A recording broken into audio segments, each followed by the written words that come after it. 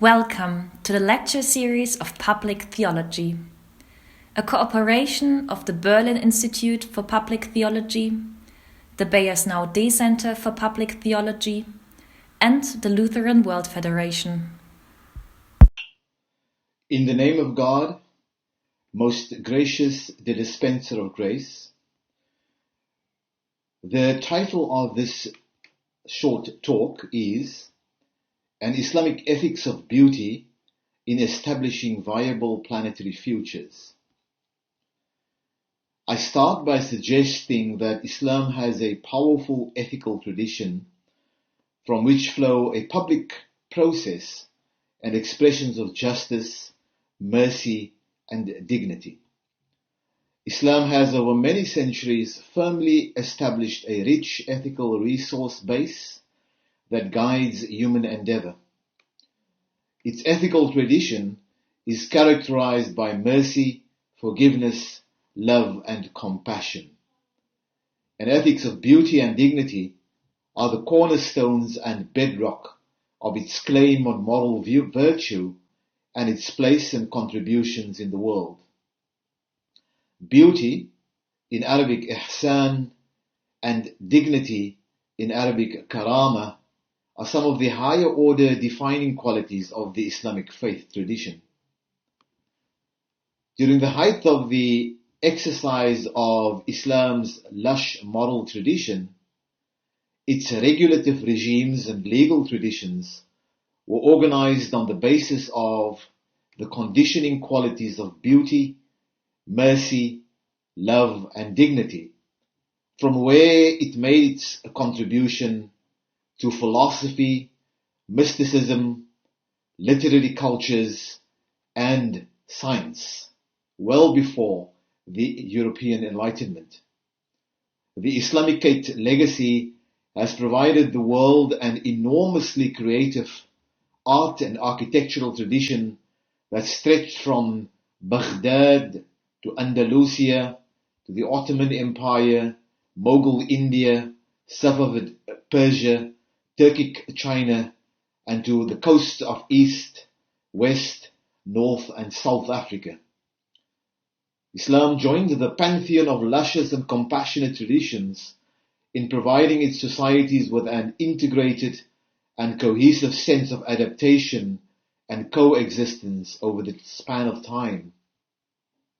Islamic societies adapted its structures, institutions, to the vicissitudes and challenges associated with changes caused by various forms of dislocation in specific times and places, at specific historical moments, whether these were caused by famine, war, expansionism, urbanization, changing demographic patterns, responses to weather, climate, and geography. Islam's ethical and moral coordinates have always been invested, at sometimes more visible and stronger than at other times, in the drama of human existence, survival, and adaptation. Like with many other faith and non-faith traditions, the ethical foundations of Islam have undergone decisive renovation, especially in the encounter with colonial modernity from the late 17th into the 18th century. The political foundations of Islam's institutions and state or governmental systems were rearranged. Education and the judiciary were ensnared by colonial modernity's gaze. Islam's epistemic or intellectual tradition was ruptured by modernity's impact, and its ethical grounding was dislodged in this period from its institutions. Adaptations were made to these new colonial imposed political, education, law, and governance structures. Modernity's morality was experimented with in the public domain, and various pan-Arab, pan-Islamic, and some Ba'athist socialist experiments became visible, especially in the early 20th to mid-20th century.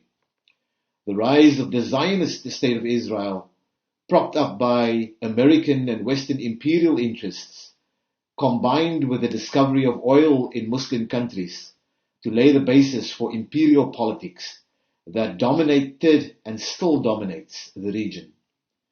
The Iranian Revolution of 1979 was the first direct countrywide reaction and response to the in the 20th century to the imperialist motivations in the Middle East. The incessant imperial wars in the Middle East from the 1970s onwards caused the death of millions in the region, which laid the platform for the rise of Islamism based on maximalist or fundamentalist political and religious expressions. Al-Qaeda, ISIS, and Al-Shabaab were all movements who rejected Western domination and modernity on the basis of a pre-Islamic template which circulated static, pre-modern expressions of religiosity and institutional organization. Religious discourses underpinned by strong reactive identity claims began to trump the ethical intent of more universal, inclusive questions of co-living, sharing, and cooperation. And ethically informed responses and adaptation struggled to emerge in the face of the need for social adaptation to tremendous changes, political, economic, social, that Muslim societies confronted in the second half of the 20th century and in contemporary times. Questions of poverty, gender, ethnic, racial, and class domination, and other forms of exclusion remain challenges in Muslim societies. The ethical dimension seems especially challenged when it comes to Muslim institutional responses to climate change, productive pandemic responses, poverty eradication, and general institution building to address broad societal structural problems. The Quran gives us ample warning of situations when we are confronted with massively confounding challenges. In chapter 36, verse 45, Allah, God, declares that, I quote, "When they are told, beware of what lies before you and behind you, so that you may be given mercy, they ignore every single sign that comes from their Lord," unquote. The Muslim philosopher Ziauddin Sardar, whose work I use amply in this piece, explains that this verse suggests that we need some awareness of what is before us, that is, in the near future, and behind us, the momentum of history, to achieve the mercy of God, that is, prosperity in this world and reward in the hereafter. Sardar explains that the past is connected to the future in two ways with the word beware. When suffocating aspects of history are projected onto the future, it is choked. And the second instance of having to be aware of beware is that the mercy of God is denied when we deny the history, the lessons of history. But when life-enhancing ideas are projected, the future is enlightened and is open to all conventional as well as dissenting possibilities. And then the mercy of God is granted. Muslims are required both to engage with the world and change it. The Quran repeatedly asks Muslims both to change themselves and to constantly strive to change the world so that it could become a more just, equitable, and peaceful abode for humanity. So both as individuals and societies, Muslims have to labor and work towards the future that they desire. Sardar suggests that viable, desirable futures do not happen by chance. They require effort, thought, thinking, strategic planning, visioning, and hard graft, hard work. Ziauddin Sardar explains that chaos, complexity, globalization, and information technology have created a new present that is radically different from all recent pasts. We have entered a period where rapid change, uncertainty, and ambiguity are ever present, and the individual has tremendous power to do good or bad. In these, what he described as post-normal times, our traditional and conventional ways of solving problems does not work. All overarching explanations, the mythology that bound and made society viable, become toxic, the bearers of pathogens that infect society with distrust and a lack of confidence. In such post-normal times, we know we have abilities, but not necessarily the systemic, ethical, and organizational capacity to translate our abilities into providing sustainable solutions to endemic and interrelated problems. In normal times, uncertainties are small and manageable, but in post-normal times, uncertainty takes center stage, since everything is connected, complex and chaotic, and changing rapidly. Nothing can actually be described with any certainty. This is quite evident that historical examples of Islam's success and failures struggle for relevance in these post-normal times.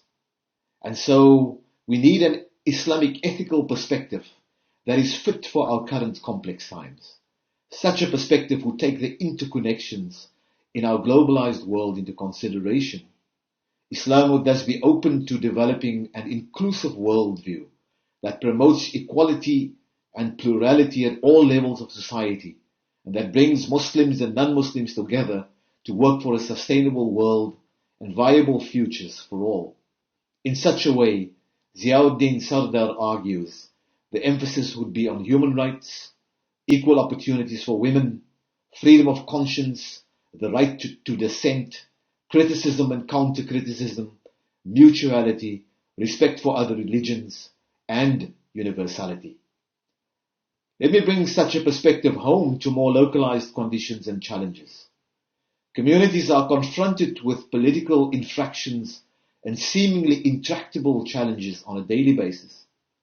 The challenge is for all faith and non-faith traditions to develop in alliance with each other ethically informed social responses to mitigate the impact of complex challenges and help in the quest to establish sustainable planetary existences into the future. Such a quest should be based on fidelity to science, sharing of resources, addressing poverty alleviation, and bearing witness to God's justice in our ethical conduct. This is particularly important on the terrain of gender justice, where we are confronted with the need to participate in ongoing struggles against patriarchy and gender oppression. We have to offer readings and interpretations of our sacred texts that respond to the ethical prerequisite to accord justice to those who are oppressed among us, women, the poor, and the marginal, what is called in the Quran the Masakin. Our religious languages should unequivocally call out and act against the oppression of women, and instead, the elevation of women's status must become the defining feature of Muslim society's ongoing practices. A second example for ongoing ethical struggle is in the realm of engagement with digital technology. This is an urgent task.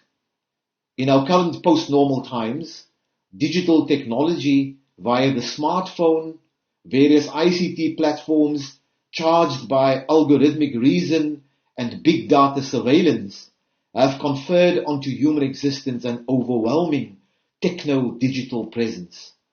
The smartphone has become an extension of our body. Social media presence has defined our self-image, and interpersonal communication and everyday existence is impacted by the digital. Religious discourse has lagged in the response to guide and inform ethical behavior, with respect to our immersion in the technological and our digitally framed existences. This is an area of enormous rethinking, reimagination, and the animation of the ethical. We should therefore develop languages that speak compellingly into our becoming dominated by our digital emergence, retaining our sense of autonomous individualism, our communal and relational existence with others, using the digital for the advancement of the public good, must become the reflexive material for our human responses, lest we fail to secure a healthy, reflexive interaction with smart technology and machines, which will turn us into zombies. Reimagining the terms of our humanness in active, critical, and productive interaction with the digital has now become one of the most important ethical challenges of our times. A final example relates to our planetary existence. Climate change is threatening to exacerbate inequalities in the world, in addition to deleting the Earth's resources, making sustainable livelihoods unviable. The Quran places the Earth's survival at its ethical center. Humans are expected to play a central role in securing the physical and environmental conditions to secure sustainable livelihoods. Yet, our imaginations for securing such a future cannot and must not be limited to only the human's place in it. Such an anthropocentric, humans-only view of existence must be replaced by a commitment to planetary futures. This involves all animate and inanimate dimensions, living and non-living organisms that exist on this planet, animals, plants, forests, humans, the Earth's geography, and sea life. Human egocentrism must be overcome. In its place, we must imagine our planetary existences as involving in equal measure all the life dimensions and all the life forms of our planetary life. This is where an ethical tradition of beauty, the example offered by Islam and other living ethical traditions, must align at its most beautiful and compelling. This is where we require ihsan, a commitment to God's beauty, excellence, and goodness, as we come together to confront the challenges of sustainable planetary futures. This requires joined-up activism among all people, what the Quran calls amal salihat, which means productive, righteous, ethically informed everyday practices and activism. A reimagined vision of just living is at the core of such a perspective. Thank you very much.